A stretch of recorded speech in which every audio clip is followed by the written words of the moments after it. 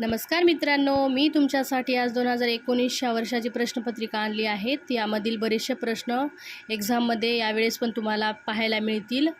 तर video skip न करता व्हिडिओ हा शेवटपर्यंत बघा, तुम्हाला याचा खूप फायदा होणार आहे। चला व्हिडिओला सुरुवात करूया।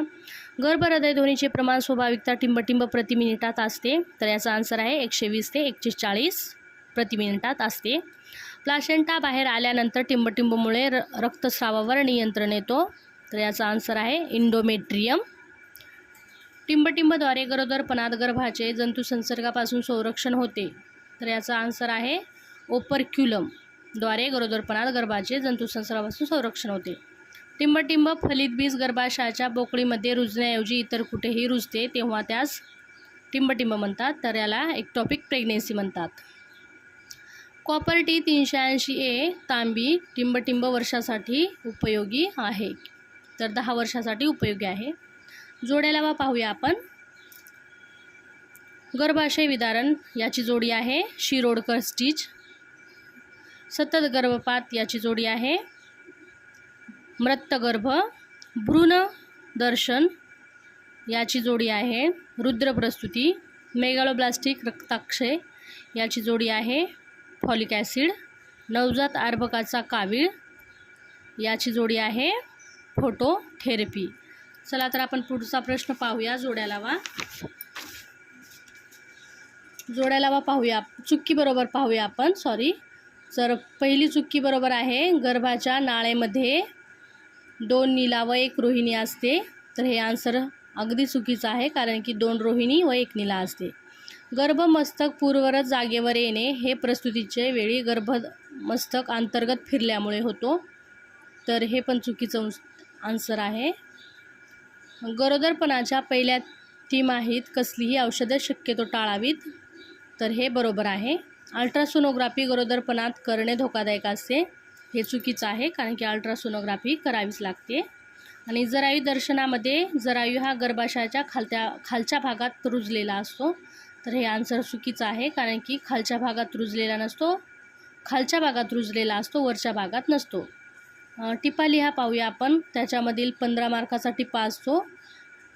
याच्यामधील पहिला अ आहे पार्टोग्राफ, जरायूचे कार्य, प्रीमॅच्युअर बेबीची काळजी, अँटीनॅटल सल्ला आणि स्तनपान। प्रश्न तिसरा पाहूया। प्रसूतीपूर्व काळजीचे ध्येय उद्दिष्ट लिहा। अपूर्ण काळ बालक व पूर्ण काळ बालक यातील फरक लिहा। सूतिका दोषाचे चिन्ह व लक्षणे लिहा। चौथा प्रश्न पाहूया। खालील प्रश्नाची उत्तरे लिहा। एक्टॉपिक प्रेग्नेन्सी व्याख्या लिहा। चिन्ह लक्षणे कोणती आहे ते लिहा। 5 मार्क। हा प्रश्न खूप इम्पॉर्टंट आहे। हे बऱ्याच एक्झाममध्ये एक्टॉपिक प्रेग्नेन्सी हा प्रश्न पाहायला मिळालेला आहे। तर हा इम्पॉर्टंट प्रश्न आहे, लक्ष देऊन बघा। एक्टॉपिक प्रेग्नेन्सी निदान करण्यासाठी कोणकोणत्या चाचण्या केल्या जातात? एक्टॉपिक प्रेग्नेन्सीची परिचर्या व शुश्रूषा लिहा। त्याच्यामध्ये किंवामध्ये प्रश्न असतो। वंध्यत्वाची व्याख्या व प्रकार लिहा। त्यासाठी कोणत्या तपासण्या कराल ते लिहा। आणि गरोदर मातेच्या पहिल्या भेटीत कोणकोणत्या तपासण्या कराव्यात? गरोदरपणाच्या आहाराबद्दल तुम्ही काय सल्ला देणार ते सविस्तर लिहा। प्रश्न 5वा पाहूया।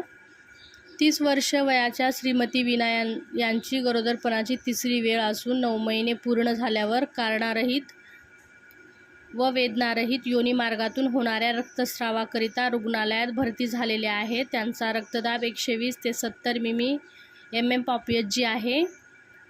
तर खालील प्रश्नाची उत्तरे लिहा। प्रसवपूर्व रक्तस्राव म्हणजे APH अँटीपार्ट हेमरेज म्हणजेच काय? या प्रसवपूर्व रक्तस्रावाची कारणे काय? श्रीमती वीणाकरिता करण्यात येणाऱ्या विविध तपासणी यादी करा। श्रीमती वीणाच्या प्रसवसंबंधी व्यवस्थापन लिहा व परिचर्या शुश्रूषा व्यवस्थापन थोडक्यात लिहा। आणि रुग्णालयातून घरी जाताना श्रीमती वीणाला तुम्ही काय आरोग्य सल्ला द्याल? 5 मार्क।